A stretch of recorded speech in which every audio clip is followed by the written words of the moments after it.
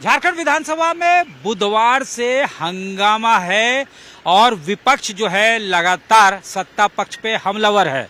जैसे ही सदन शुरू होती है उससे पहले ही इस पोर्टिको में एक बड़ा सा बैनर वो लेकर आते हैं और ये कहा जाता है कि हेमंत सोरेन सरकार जिन वायदों के जरिए सत्ता तक पहुंची थी उनमें से किसी भी वायदे को पूरा नहीं किया गया और खास तौर से युवाओं को लेकर जो वायदे किए गए हैं, चाहे अनुबंध कर्मी हो, पारा शिक्षक हो, उन्हें कहा गया था कि आपको समायोजित किया जाएगा।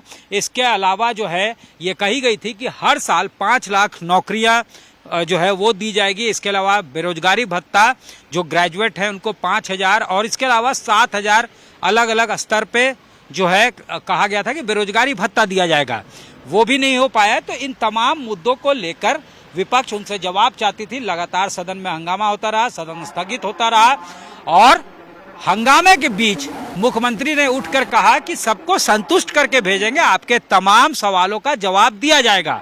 लेकिन हंगामा जारी रहा और जैसे ही दूसरी पाली शुरू होती है उसके बाद फिर विपक्षी सदस्य वेल में आ जाते हैं और हंगामा करने लगते हैं।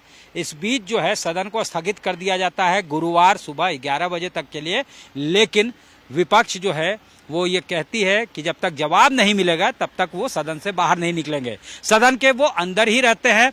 और उसके बाद जो है उनका ये आरोप आता है, उनका ये आरोप होता है कि वो चुने हुए सदस्य हैं लेकिन बिजली काट दी गई, एसी का जो कनेक्शन है वो काट दिया जाता है, बिजली नहीं दी जाती, अंधेरे में वो रहते हैं। और उनका साफ तौर से कहना था कि जब तक जवाब नहीं मिलेगा वो वापस नहीं जाने वाले, रात भर इसी विधानसभा में वो रुके रहे। तो पहले जो है वो सदन के अंदर थे, फिर वहां से उनको मार्शल आउट किया गया तो वो विपक्ष के लॉबी में जाते हैं, विपक्ष के लॉबी से उनको पोर्टिको तक यहाँ पर बाहर जो है निकाल दिया जाता है।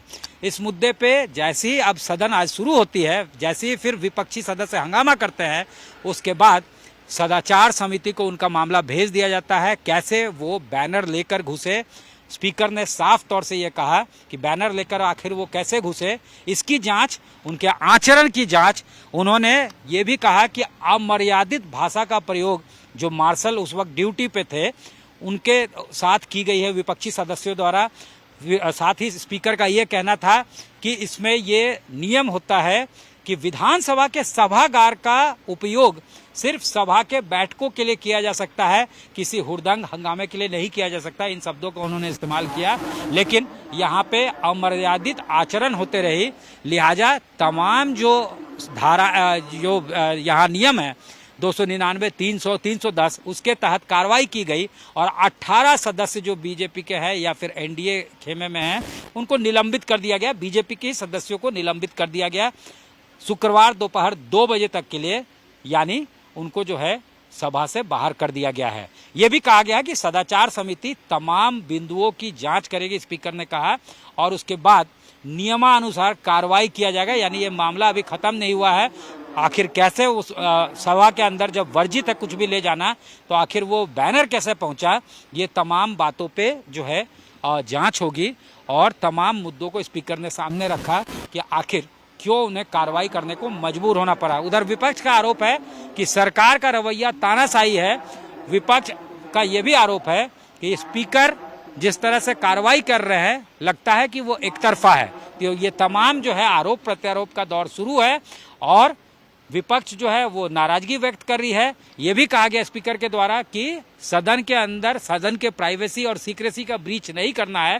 लेकिन वीडियो वायरल किया गया, वहां से वीडियो जो है शूट करके और उसको जो है सोशल मीडिया प्लेटफॉर्म्स, तमाम सोशल मीडिया प्लेटफॉर्म्स, चाहे फेसबुक हो, ट्विटर हो, व्हाट्सएप हो, इंस्टाग्राम हो, उस पर जो है वायरल किया गया। तो ये breach of secrecy, breach of privacy है।